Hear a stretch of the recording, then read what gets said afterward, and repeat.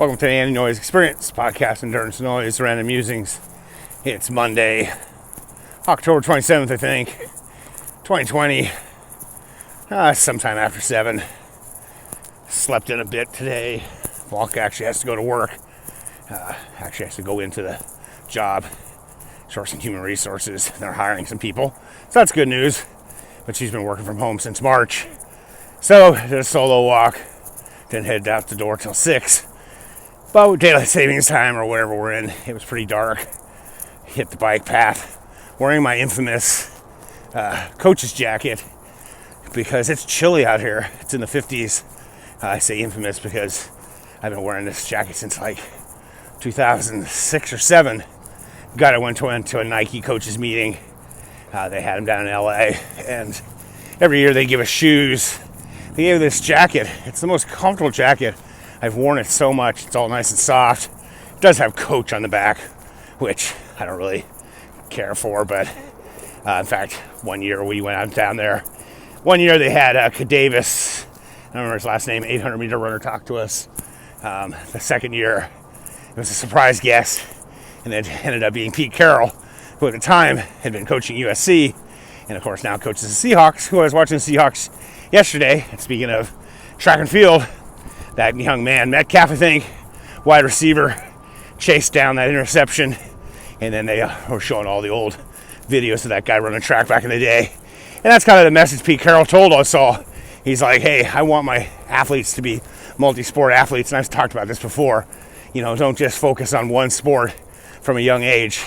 He wants his football players playing basketball, baseball, track, because he wants them in competitive environments, not just training 24/7. So pretty fun to hear and talk to him. Speaking of training, trying to back off on the time miles. So today was just a 60-minute. I'm doing my cool down walk now, back to the house. I do have a race, a 12-hour race next weekend. The hippie 12-hour in Vegas, put on by the people who do Beyond Limits and Beyond Limits, which is my first loop race. And they also put on the Jackpot. Kind of apprehensive about going. Haven't done an ultra since back in January, the Celtic, where I walked 73 miles, 24 hours. But ever since then, of course, the fall, the heart stuff. I've been training, but lately it's been going kind of sideways. I've been gaining weight. I don't really know why. Over 120 kilos now, so I've gained 5 to 10 kilos, depending on where I want to start. So that's not good. Trying to figure out things, changing up my diet, as always, with the weight is just coming on and on and on. And the weight makes me go slow, which makes it frustrating. I'm doing some cross training. Gonna get home and do my kettlebell, and then probably that wood workout. So we shall see how that works. So nothing to report, just getting out, and as always, staying healthy, being boring, not epic. Well, another training day is in the books. I just did a 30-minute chug, 5-minute walk, 5-minute run. So you end up doing 3 5-minute runs. Nothing too fast. You can see, it doesn't come out very well. Oh, there it is. The sun, it looks really good in person. And of course, it shouldn't, because it's nice and red, because we still got smoke in the air. But it's in the 70s, which is nice. So just getting done with this day. So far, been good. Of course, I'll get home and do some more drills. It's kind of nice. I have 3 sons. One will be 23 soon, 27, 28. The 28-year-old ran for me in high school. He's a really good runner. Off and on varsity his freshman year, 3:16 marathon his sophomore year, but he doesn't run at all anymore or do much of any exercise. Youngest one, skinny as a rail, perfect body for a runner, yada yada. He never exercised. My middle son does still to this day. In fact, the only other person I've seen today on the bike path besides the urban outdoorsman was my middle son, Nicholas. He was out walking. He walks, he swims.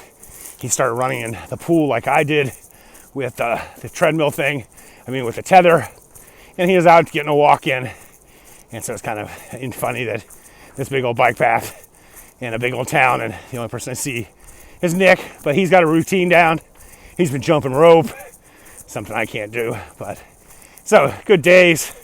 Last night and today, I was watching the Queen's Gambit on Netflix about chess.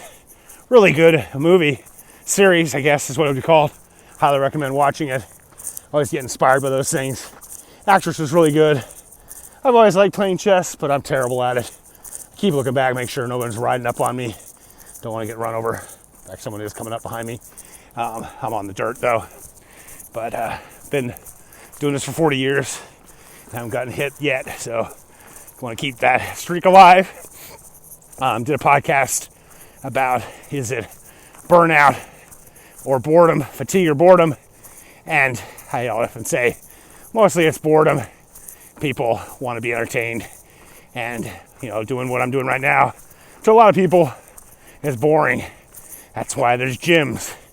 Gyms are all sexy and cool, and the bells and whistles only keep you entertained for a while, and then you need to get on a routine. Of course, it was saying one way to get out of boredom is routine, but I say it differently. I was just listening to the Move On podcast with Lance Armstrong interviewing his good friend Matthew McConaughey, and both those guys talk about the same thing, that you got to love the process and embrace the boredom or the routine. It always says discipline equals freedom. That's what Jocko Willink says, and it's totally true. If you just have the discipline, get out every day and do what you need to be done, life is a lot simpler. In fact, that's what Matthew McConaughey was saying about working out. And he was saying, the hardest part is getting out the door. But like now, I'm done. Feel good, had a good workout, and now I'm calm for the day. Got what I needed done. The chug that I do, the 5-minute walk, 5-minute run, I usually incorporate that in my racing, especially in ultras. So this 12-hour race, I'll definitely do it for a while until I can't run anymore. It's kind of funny, but eventually the running disappears, especially. But if I can't walk straight 12 hours, no, I've done it. I actually got second place by a half a mile at that one race I did in Minnesota. So I highly recommend, check out Queen's Gambit on Netflix. Listen to Lance Armstrong, Matthew McConaughey. Very interesting, their take on things. And as always, stay healthy, be boring, not epic. I survived. So I got done with my evening miles, little 30-minute, 5-minute run, 5-minute walk. Got back, and like I said before, I got inspired by watching the CrossFit Games this weekend, and Matt Frazier and Tia Toomey, and so been kind of mixing up my training, cutting back on the miles, and trying to do some more all-around workouts. I want to recommend this if you're already maxing out on your mileage, which I sort of have. So I went on the internet, and it's great. You can Google, and I found a couple apps to use for that kind of workouts, and there's this one here that I really liked. It's called the Wood Generator, and W Workout of the Day, Smart Wood, and it's really a cool little app. It's got here, you hit that go button, and it makes you a workout. And so I did a workout today with it, and let me see here. Yeah, my log. And so today I did 4 time, and it was 28:40. And this is a pretty difficult workout for me this evening. It was run 1,000 meters. Instead of running 1,000 meters, I just got on my bicycle that I have in the backyard. I got a spin trainer on it. And then there was 30 handstand push-ups, which obviously I can't do. It's interesting, one of the final events, actually was the final event at the CrossFit Games. They had to run a mile with a weighted vest on. Then they had to do 100 of these push-ups, handstand push-ups. Now I was supposed to do 30 handstand push-ups. I did 30 just regular push-ups. I'm still even doing them on my knees because I'm that weak. And then they did 200 pistol squats, and then 300 pull-ups. I think when the pull-ups, I wish they wouldn't do the goofy pull-ups. They do that herky-jerky thing. I think that's what gives CrossFit kind of like, people kind of go, what the hell is that? Kind of like with walking, when the race walking just looks so odd. But so I did the 30 push-ups, 30 sit-ups, And then I had to do 30 burpees, and I already done 15 this afternoon. So to do another 30 was definitely difficult. I was amazed that I just kept going, and I finished it out kind of like the guys yesterday. There's one of the guys who was in 5th place, and all he had to do was finish to get 2nd overall, and he had to gut out and do a lot of that workout on his own. So pretty good workout this morning. I did the AMRAP, which was for 20 minutes, as many rounds as possible, 20 minutes of run, 250 walking lunges, and 50 air squats. I was able to get through that twice in 20 minutes. I'll tell you, the air squats are no big deal because I've been doing the kettlebell for quite some time with the 100 swings, 50 on each arm. But I'll tell you, the walking lunges, they're not easy. I'm still terrible at them. Can't get my knee down on the ground. But it's a work in progress, and that's all you can expect for yourself. You look at my training peaks, my fatigue 106, fitness 113, and a 7 in the form. Hope to get that form back up in a bit. You can tell there I did a lot less in the morning, only 60-minute walk run. And got that race coming up next Saturday. And then, of course, my Fitbit data. I really like this 53 resting heart rate at night. That's pretty good news. It's been kind of slowly going down. Despite doing pretty good workouts still. It's interesting, like you can do this here and you can kind of see, the progress throughout the year. So I was really happy with that. Oh, this is what I was going to do. Here's what's kind of interesting. You can see here, like today my low heart rate was 44, 46, 44, 46, 44, 44. And it's kind of, but the good news for that. And then, of course, sleep has been pretty good. I try to get 5 hours, and look at the scores. I've been actually getting like 80s, and I never used to get 80s, so I'm pretty happy with that. Sleep scores. And, except for the other night, I've been sleeping pretty good, getting my 5 hours. Sometimes I even look at that down there, 7, 6:51, 6:50. I did have one bad night there, but that's pretty good for me. And then, of course, exercise. I ran this evening, but it doesn't show up as a run because when you do a 5-minute walk, 5-minute run, it rarely shows up as a run. And that was the walk in the morning was hour 14. And then, of course, the weight just isn't happening. 120 kilos, and I've been up there quite a while. I did stop taking the Lasix medicine like a week or so ago because you just have to get up and pee all the time. But I'm back taking that in the morning, so hopefully maybe I'm just retaining water, which is part of the whole congestive heart failure thing.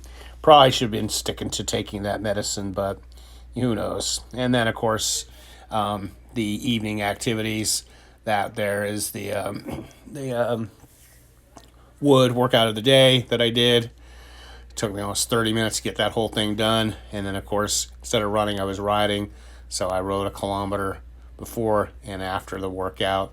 And then, of course, that was the workout I did this morning.